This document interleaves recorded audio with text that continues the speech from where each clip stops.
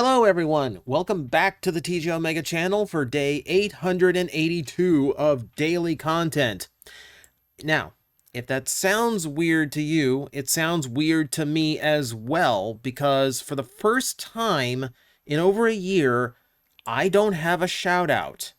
So the streak is officially broken at about 374 straight days of having some shout out to do, thanks to everyone being incredibly generous over at my Patreon account. So thank you very much for a very fun experience and a very fun and weird streak to have. It's a level of support I never expected. So thank you to everyone for it. The shout outs aren't going anywhere. Obviously, if someone new signs up to the Patreon, you can have whatever shout out you want, whether it's your real name or some goofball thing you want to hear from me. That's not ever going away. That's just one of the perks. So if my content is worth $1 or $2 a month and you just want to hear me say something silly, consider pitching in. Maybe we'll start a brand new streak. But for now, yeah, I have a normal intro again. And we use this normal intro to go on to today's tier list video because we have officially entered the year of the dragon. The Lunar New Year has arrived. It is a new year of the dragon. So I thought, hey, timely time to actually take a look at all of the different dragon transformers that we have had over the years. Now, the weird thing about this is that I could have sworn we would have more. Like, I titled this video tier listing every dragon transformer, but I'm really not confident in that because I feel like there should be more than this, considering we had not one but two toy lines devoted to creating new dragon characters. But when you take out all the repaints and the retools and the updates of old characters, you are left with a surprising few dragons in this franchise. And to bulk out this list into something substantial, I had to add in things that are only tangentially dragons, things I would consider more kaiju, but as long as they are some kind of reptilian of unnatural state, if that makes any sense whatsoever, or if Hasbro marketed them as a dragon, they are in this list. So we're going to go through all of those today, and we're not going to judge based on the toy, we're not going to judge based on the character, we're going to judge based on the quality of dragon, and I am not shy or bashful about my tastes in dragons, but we are going to be fair. I'm not going to dock something, for not having wings like a normal dragon, unless there's a very specific reason. So we're going to start with one of those entries, as it were. This is the Beast Hunters version of Hunger. They are different enough from the incarnation in Generation 1 that I feel I can get away with including both. And as dragons go, you're going to see a lot of two-headed dragons, by the way, because that's just how Hasbro and Takara deal with two arms and two legs on these characters. I feel as dragons go, he does look cool. Doesn't do a whole lot to stand out, especially amongst the other dragons. Here's the thing. I actually think he's not as good as Hunger, even though they've changed him to be an upright dragon, which you would think would be more like you would expect a dragon to be. But without the wings on the back, he feels like he's incomplete, and like Hunger, two-headed dragon on the ground like a worm, okay, that's actually a little bit more logical. But when you're upright, I feel like you need those wings as a counterbalance and to just look a little bit more correct. So weird exception, but I do think the normal Hunger is better than the upright Beast Hunters version. Moving on, this is another weird exception one because Hasbro marketed it as a dragon, released it as a dragon in a line where Predacons were dragons, and that is Blight, not Blot, because this is not the G1 version. This is Blight, who is some kind of monstrous lizard creation. G1 Blot has always been super weird, and like, what exactly is his alt mode? It's some kind of weird ogre thing. This kind of falls under the same category. Now, they market it as a dragon, so I have to consider it as a dragon, and as dragons go, it's a very odd one. Not very dragon-ish. Again, that is because it's based on a G1 ogre. But if you call a dragon, I gotta I gotta judge it as a dragon, and as dragons go, it's kind of inferior to the rest of his team. But so when I put him all the way down, I'll let you know when we go all the way down. Bumblebee from Rescue Bots. We can't escape Bumblebee. Even in a list of Transformer dragons, there is still a Bumblebee we have to discuss. To be fair, the toy itself is kind of fun, but as a dragon, I mean, there's a weird proportional thing because this has to change into a Bumblebee-shaped robot. He doesn't, he's a cool toy, but he doesn't come across as much of a dragon. He always, like, proportionally, always, like, weirdly enough, he feels like a horse with no neck, if that makes sense. It kind of comes from the fact that, like, his front legs and back legs are kind of the same size, which is not quite what you expect out of a dragon. I expect larger back legs. It's a weird one, but it's not a terrible one either. It's not a terrible one either. I think I'm going to stick him right in the middle for now. And then we'll figure him, you know, we might shuffle him around, but for now, it's not a bad spot, I think. Now we move on to Cindersaur, and we get into, like, the exception things. And, like, here's how this works in my head. Deathsaurus is on this list, who we agree is just a big dragon chicken. Well, also Flamefeather is on this list, who is a small dragon chicken. So if I'm going to include Flamefeather, I feel like there is room for Cindersaur, who is something I would consider closer to a kaiju than a dragon, but at the same time, it's close enough for me to consider. Okay, and again, I'd put him somewhere around like the Blight level of, well, he kind of looks cool. Actually, no. You know what? No. I'm actually going to put him one notch higher, because if we count him as some kind of upright bipedal wingless dragon, stretch, he does still have some cool stuff going for him. I like the blade out the nose. Like, I like the overall look and proportion, the large head thing. Like, he doesn't look terrible, you know, as far as like a beast mode goes. And at least I can kind of identify where his beast mode is coming from. Yeah, that's still kind of losing me on Blight. So we're gonna go with that. I feel like that's a fair assessment. But speaking of which, let's talk about the Death Chicken. So Deathsaurus is probably the closest we've come so far to a proper dragon on this list. And as such, he is very traditional in his dragon designs. He has wings, he has a big tail, larger back legs, and small front legs, almost like a winged T-Rex kind of aesthetic to him. And then there is that head, where it is a very atypical style for a dragon. We make fun of it. It's the Death Chicken. Okay, that's the fun running gag. It's okay for me, though. I don't mind the difference. In fact, I kind of like it being a little bit different. It sets him apart. And overall, I do think he has a really cool look to him. Like, as dragons go, yeah, like, he's probably the best one we have on this list so far. Good enough for me to put him up to premium. I should hope so. I just paid premium to get the new one. Well, actually, no, I paid it like 10 months ago. But, you know, you get what I mean. Point being, good toy is good, and I am putting Deathsaurus up to the premium point. And then we get to one of my favorites in this list. So this is Double Cross, an Autobot, which not the best of names for an Autobot, but you know what? We work with what we're given.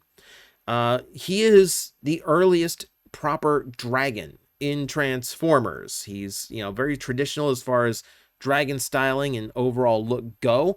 I do like the colors that they went with.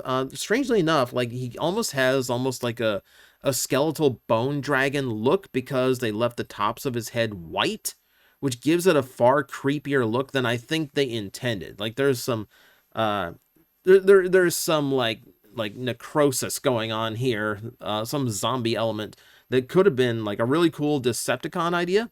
Again, weird, he's an Autobot. I do really like the overall look, and we're not judging by the toy, but I love the toy too. I don't think he quite hits the cool quota that Deathsaurus does, but I do want to put him up high. I do want to put him up to at least premium. Okay, so that puts us on Dragonstorm, from the last night. I thought the last night would give us more dragons than it did. I was actually kind of surprised. Like, it's not that, there's actually not that many. But the Dragon Storm's a weird one because it's a Hydra, is what it is. 'Cause it's a three-headed dragon. Again, we're not talking about the toy quality. We're talking about the dragon design. The three-head thing is not the first time we've seen that in Transformers.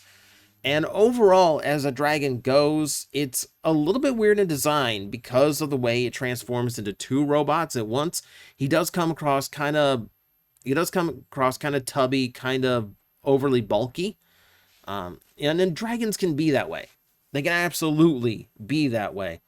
I don't think he really gains anything by being three-headed, though. Like, it definitely makes him stand out and be a little bit different, but I don't know if I don't know, there's something about this, especially, like, in the coloring, where, like, the flat gray of that toy just kind of puts me off. Like, it doesn't have, like, it doesn't wear it as well as some of the other toys. And then you just throw the orange heads in there for a splash of color, but it's, like, too little too late at that point. Like, I kind of like it in Double Cross because it kind of blends to his normal colors and makes me have other ideas. Like, Dragon Storm just kind of looks like he fell into like some like Sunny D, or like he fell into some like orange powder or something. He got into the Cheetos. That's what he did. It's gonna be okay. It's gonna be okay. I'm gonna put him like right in the middle. I'm gonna put him right in the middle, I think. Here's an odd one. This is Dragonus. Not the villain from the Mighty Ducks cartoon. No, this is a Minicon from RID 2015 who is just a little dragon. He's just a little guy. As dragons go, though, he's actually not terrible. He's actually not too bad as dragons go. Yes, he is small, so his details are going to be limited. But as, he doesn't make a bad flat little dragon. Like, I like how they handled his wings. The only thing about him that marks it down for me is coloring. I don't think the green and maroon look very good together. It's got kind of a weird coloration to it that is just not hitting me in the right way. Repaint of this would be better, but for all of these listings, we're going by the original version. Unless it's a character with multiple iterations, and then we're going with the best iteration. And that is not to be like a repaint, but like you'll see what I mean once we get down the list. So I'm going to put him bottom of retail. Considering what he is, I think he's fine. He's an okay dragon. That does bring us to Flame Feather, one of the other little monster on this list. Remember, because I included Deathsaurus on this list, I had to include Flame Feather. And he definitely does make a better dragon than his other spark-throwing counterpart. He does have the wings going for him. He's got claws instead of the hands. He does have a big bird head. So again, we're getting into something that I would expect Ultraman to fight. But I do like the look of him better. He does pass himself off as a better dragon. That said, I can't put him terribly high in that case. We're going to retail again, probably south of Dragonstorm. We're filling out the middle here. I don't know if I'm just super picky about my dragons or if this is just stacked to have all the really good stuff late in the list. I'm looking at it now. I really do think it's just because the good stuff is very late in the list. We'll get there, though. We will get there. All right, so let's move on from him. And we can now talk Galvatron from Beast Wars the Second. One of my favorite toys. I really wish it didn't use gold plastic so I could actually play with it again and not be afraid. But it is what it is, and it's a weird dragon. I like the overall look, but the dragon mode out of his 3 modes definitely seems to be the one suffering for his triple changer nature.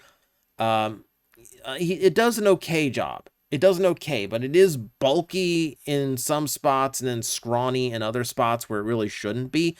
The weird proportions that always got to me is how scrawny his lower legs are compared to how fat and dumpy his thighs are. Like, I needed a little bit better proportioning there. And then he is a very, like, kind of kibbly dragon. Like, the wings have this kind of broken up look to them for the pincer gimmick that I don't really agree with. He's got the halves of his drill hanging off his shoulders. which looks okay, but it's not like the best dragon look. I still think he has a lot of cool things going for him as a dragon, though. Like, the overall shape is there. There is some unique detail to him, like the overall sculpt of the dragon head, and he is just a fun dragon.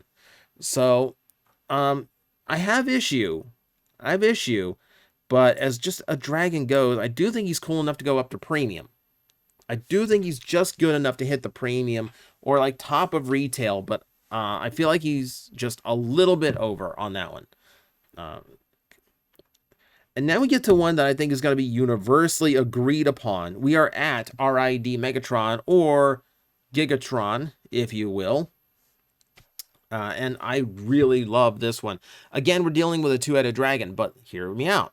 Now we have the wings included in this, in this endeavor. So he actually does have that counterbalance you would expect to see of an upright two-legged dragon. That helps me out a lot.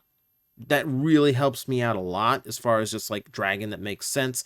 The overall aesthetic of the two-headed dragon does look really, really cool. He's got tiny little forearms, but, again, upright dragon, not a surprising aesthetic choice. Colors look really, really cool. The dragon sculpt itself is very menacing. Yeah, this is a stronger candidate. This is a very strong one. I don't think there's any question that goes up to Holy Grail. I think it's just a matter of where he falls as far as that line goes. You ready for a weird one? Remember, I had to throw in literally everything that qualified as a dragon in order to get the list with enough entries. This is Optimus Prime from Transformers Go. The one that turned into, primarily a bullet train. And then there was also a dragon mode crammed in. I don't know who thought of that idea, but that is a thing. An Optimus Prime dragon does exist, and it looks awful. It really looks awful. If something is supposed to be a dragon, it really just kind of looks like one exploded out of a bullet train, not in any cool way. I don't know. It's just it's weird. It's super weird. It feels like the design and aesthetic on it makes me feel like something that Mega Man X should be fighting, or I should be spin dashing into it. It's a very bad representation of a dragon. Very bad. One of those I definitely think they should not have tried. Here's one of my favorites from Beast Hunters, but again, it only qualifies as a dragon because Hasbro marketed every Predacon from Beast Hunters as a dragon. So now we actually get to talk about Grimwing, who I love the look of, love the design. If you know me, two-tone green is immediately going to win me over.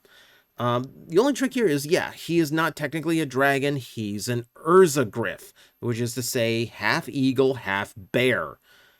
So dragon only by proxy in this in his own toy line, but he is a very cool one. He's a very powerful looking one. He is a quadruped dragon due to his size and weight. He's got like a bigger upper body bulk than a lot of these other dragon designs. Still winged though, and really cool looking wings at that. I am inclined. I do think he is a very cool looking dragon. If we consider him a dragon, there's an asterisk to this, that he is technically not one. He is only marketed as one. So we're going to include him just to make sure I cover all my bases, because I know someone's going to say, you left this and this out. So I'm trying. I'm trying. As you can see. Now we're going on to Rescue Bots again, because Heatwave also had a dragon figure. And of course, it's a Rescue Bot toy, so the detail is not going to be extreme, but it's not bad. It's a cute little dragon toy. My one issue with the dragon is that they had this idea of like a hot and cold head kind of look. So he has a gold head, which kind of works with the silver and the red on his body, but then he also has a metallic blue head that's in a completely different design. And it just looks out of place. It looks like if you see a car that has like a replacement door or a replacement hood and it hasn't been repainted yet, and it just kind of looks weird, like it just looks incomplete, or it looks like you just got like you lost your actual head Heatwave, and then you had to go and slap on whatever head the shop had lying around just so you could keep driving legally. Okay, so for that, he is going to end up low. He's going to end up bargain bin just because I find the aesthetic offsetting. He should be higher. He should be at least at retail. But as it stands, yeah, I just wish it had identical heads. I know it's just a misstep on their part. Now here we get to the original design for Hunger. Now we're dealing with a worm-style two-headed dragon, so it's crawling on all fours, big thick tail, two huge necks and heads. It's an overall cool look. Like I said, I like it better as this style than I do the Beast Hunter style that made him a bipedal dragon. I've always really liked the design of G1 Hunger. I can't even explain it. And for some reason, like, just the way that the bulk worked out, the G1 Dragon mode looks better than the Power of the Prime ones. Mostly because the front feet, the front legs, actually look big enough to support his weight. So for that, I don't think he goes, like, above Galvatron, but I'm putting him up to premium. I really like him. I really like the look of that one. We're going back to Beast Hunters, and again, quadruped dragon. This is Laserback. Now, again, we're dealing with quality of dragon here, and this is one of those designs that you might not look at and call dragon, because it doesn't have a long neck, it doesn't have wings, and it's on all fours. But if we are classifying this as some kind of monstrous lizard is dragon, then yes, we can include him. Remember, there's people out there that argue that Godzilla is some form of dragon, so I think we're in our bounds here. Also, it's my list. I'll call it a dragon if I want. It's a cool looking one. The yellow and the red actually works a little bit better because, like, I mean, it's the same color palette, ironically, as RID Bruticus, which looks very play school and very, way too bright. These colors are a little bit more subdued, especially the red, so it works a little bit better, and the body pattern plays to it better. So the colors are fine for me on this mold. And it does look overall cool. Like, it's a very, like, beefy style to it. I don't think it goes, like, premium, but, like, I'm willing to put it top of retail. I think I like it that much. We got another weird one that we have to discuss here. This is Classics Night Scream. So remember, the Classics minicons that we got were supposed to be released in Cybertron as part of those, like, 2-pack sets, but the line never quite got off the ground fast enough. Those 2-pack minicons came way too late in the toy line's lifespan to go beyond just the repaint waves. So they end up in Classics instead, in, like, these, like, haphazardly slapped together teams. But one of them happened to be a dragon, one of our very first animal minicons. And as dragons go, he is very traditional. Quadruped, smaller front legs, long neck, good wings, long tail, and traditional, like, red and orange colors, so you're expecting some kind of fire dragon. It's about as traditional as dragons get on this list. Until we get to, like, the later end of this list and we start talking about Megatrons. But as a dragon, yeah, very traditionally designed and not bad looking. Remember, we're judging by quality of dragon, not necessarily quality of toy. So for that, somewhere right in the middle of retail, I think he's, like, spot on, one of those middle of the road. Doesn't do anything wrong, but doesn't really excel or stand out as unique. Someone had to be just, like, the normal dragon on the list. It just happened to be Night Scream. Predaking. So now we are talking about the big, like, ultimate version of Predaking. We're not talking about the Voyager or the Cyberverse. This is what I meant by if we're doing a character with multiple iterations in the same year and continuity, we're going to go by the best ones. And his final design, his ultimate toy, like, was it Beast Fire? One of those. It's a crazy name. I don't care what the name is. It was awesome. It's a huge dragon transformer, massive wingspan, black and red, hits of gold, black and orange and hits of gold, like, very lava aesthetic, which I love a good lava aesthetic. It's just a super wicked looking dragon. You could like, and of course it is. It's like the highlight piece of Beast Hunters. It's the main toy in that franchise. It had to be good, and it is. It looks incredibly cool. Yeah, he goes high on this list. I'll put him to Holy Grail. I'll put him to Holy Grail. I don't know whether or not I like it more than RID Megatron's Dragon Mode. I mean, Predaking is certainly more traditional, extreme in detail, but more traditional. So that might switch around. Let me think about this for a little bit, because we do have a few others we need to go through yet, so I got some time to consider. We need to move into Ripclaw, a very rare female dragon in Transformers. And again, uniqueness wins in these types of designs. So again, quadruped dragon, long neck, good wings without being like over the top, like crazy wild giant wings. I do like the underbite design to the face. She looks like she is designed to just rip and shred something. And then you get that tail. That super long gripper tail, like that, that she can actually scorpion over her shoulder. Now it's cool. Now you've got a unique design element that's really cool. Yeah. She goes very high. Ripclaw goes very high. It's really just a matter of, do I put her in Holy Grail? Do I put her at bottom of Holy Grail or top of premium price?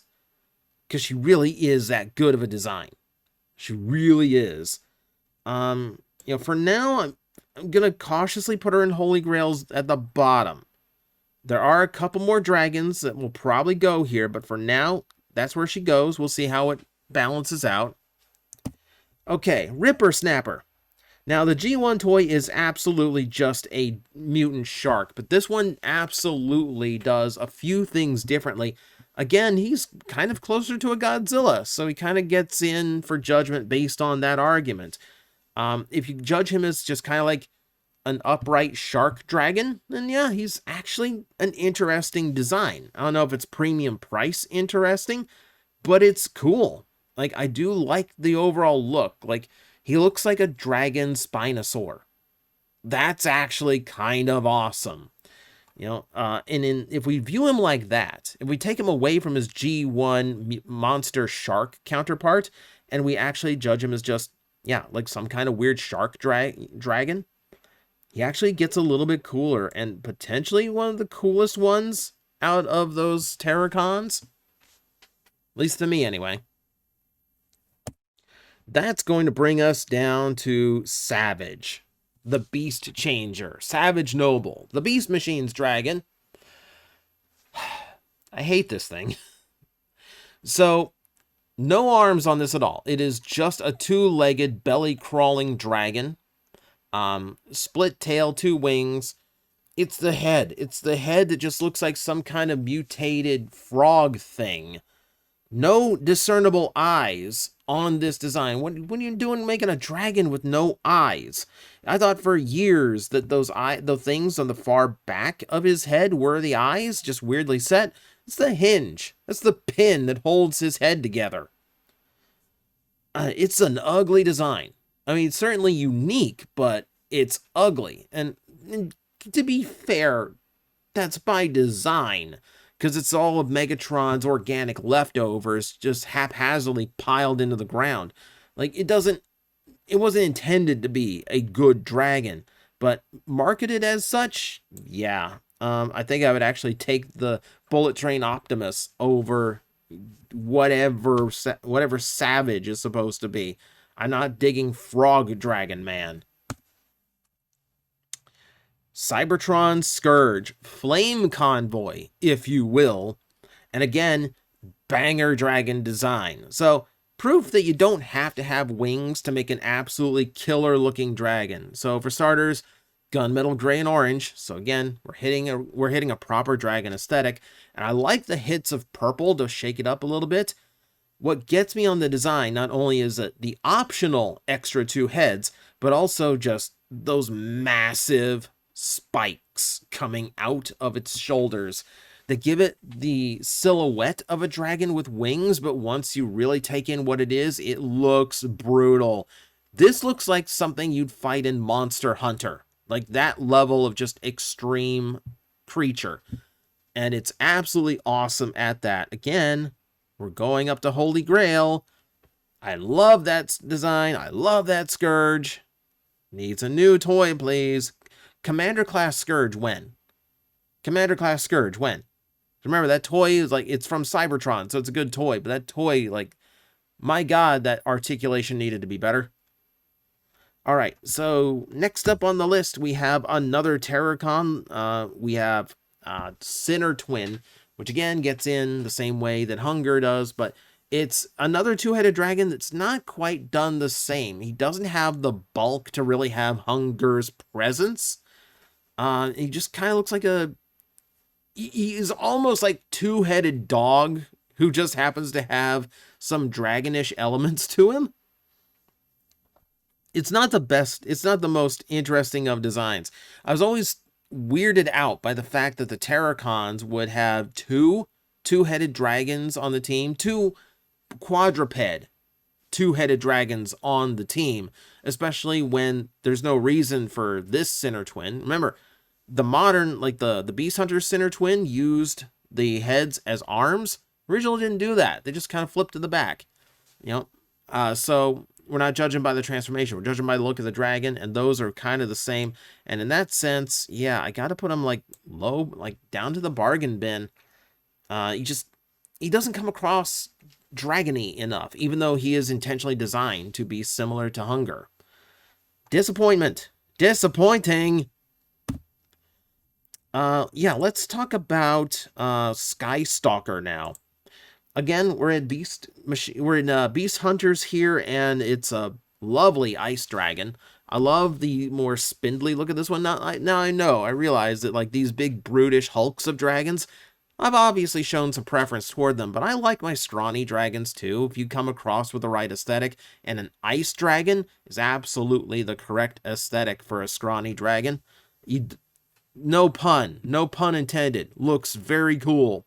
I actually like the Sky Lynx repaint better because that dark red and the dark blue kind of gives it this look of like a zombie dragon.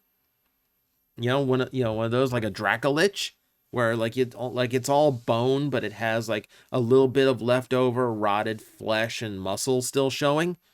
That's a cool aesthetic. But we're judging the original versions, and this is still a really cool one. I actually never had this version. But it does look awesome. And obviously, we don't have enough ice dragons on this list because they just end up being like repaints of fire dragons. This is one intentionally designed to be an ice dragon, and looks really good for it. Let's move on to Steel Bane, where we have another more traditional dragon, but this one long man of a dragon. I'm going to ignore some of the elements that are kind of required because it has to transform into a robot, like the fact that there's just feet on its back. We're going to ignore that, and we're just going to say, as the dragon goes, it looks okay. The coloration on it, I think, is a little bit dull because it has to turn into something that looks like a traditional knight. So that takes a few points away. I wish they were a little bit more daring with it. They were this year.